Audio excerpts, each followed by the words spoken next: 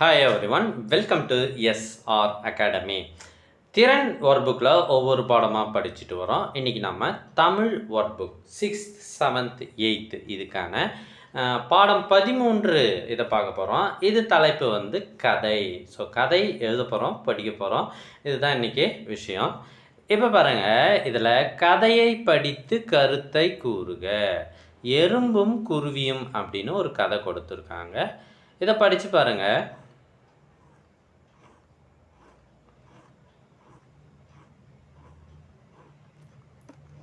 இதை படிக்க எடுத்துக்கொண்ட நேரம் சுமார் 5 நிமிடங்கள், இல்லை 4 நிமிடங்கள், 3 நிமிடங்கள் இருக்கும். உங்களுக்கு எவ்வளவு நேரம் ஆச்சோ அதை இங்கே மார்க் பண்ணுங்கள். இல்லை சார், நான் கவனிக்கலை அப்படின்னா ஒரு 4 நிமிடங்கள் அப்படின்னு போட்டுக்குங்க. 13.2 கதையை தொடர்ந்து எழுதுக. நித்திலன் 7ஆம் வகுப்பு படிக்கும் சிறுவன். அவனுக்கு புது புது துப்பறியும் கதைகள் படிப்பதிலும் சொந்தமாக கதைகள் எழுதுவதிலும் மிகுந்த ஆர்வம். ஒரு நாள் தன் அலமாரியின் திறவுகோலை தொலைத்து விட்டான். அலமாரினா பீரோ. அதில் அவனுடைய கதை புத்தகங்கள், சேமிப்பு பணம் எல்லாம் இருந்தன.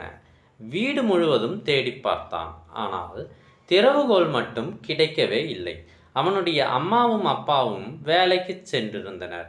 வீட்டில் நித்திலன் மட்டும். இதிலிருந்து நாம் தொடர்ச்சியாக எழுதுகிறோம். எனக்கு தோணுன சில விஷயங்களை இங்கே எழுதியிருக்கேன். இது உங்களுக்கு பிடிச்சிருந்தால் எதையோ எழுதிக்குங்க, இல்லைன்னா பரவாயில்ல. உங்களுக்கு என்ன தோணுதோ அதை எழுதுங்க. தனியாக இருந்தான். அவன் கடைசியாக திறவுகோலை எப்போது எடுத்தோம் என்று யோசித்தான். அவனுக்கு சிந்தனை தோன்றியது. அவனுக்கு கடைசியாக படித்த கதை புத்தகம் நினைவிற்கு வந்தது. அந்த கதை புத்தகத்தில் அடியில் பார்த்தான். திறவுகோல் கிடைத்தது. மகிழ்ந்தான். இத்தோட இந்த கதை முடிஞ்சது. அடுத்தது பாருங்கள், படத்தை பார்த்து கதை எழுதுக. ஸோ இந்த படத்தை பார்த்து நம்ம கதை எழுதணும். இந்த படத்தை பாருங்கள். அது ஒரு அழகிய கிராமம். அங்கு சிறுமி மித்ராவின் வீடு இருந்தது. வீட்டை சுற்றி வயல்வெளி, மலைப்பகுதி என்று அந்த இடமே அழகாக இருந்தது. மற்ற சிறுவர்கள் அனைவரும் விளையாடி கொண்டிருந்தனர். ஆனால் அன்று மித்ரா மட்டும் தன் தாய்க்கு உதவி செய்தாள். ஏனெனில் அன்று அவள் தாய்க்கு உடல்நிலை சரியில்லை.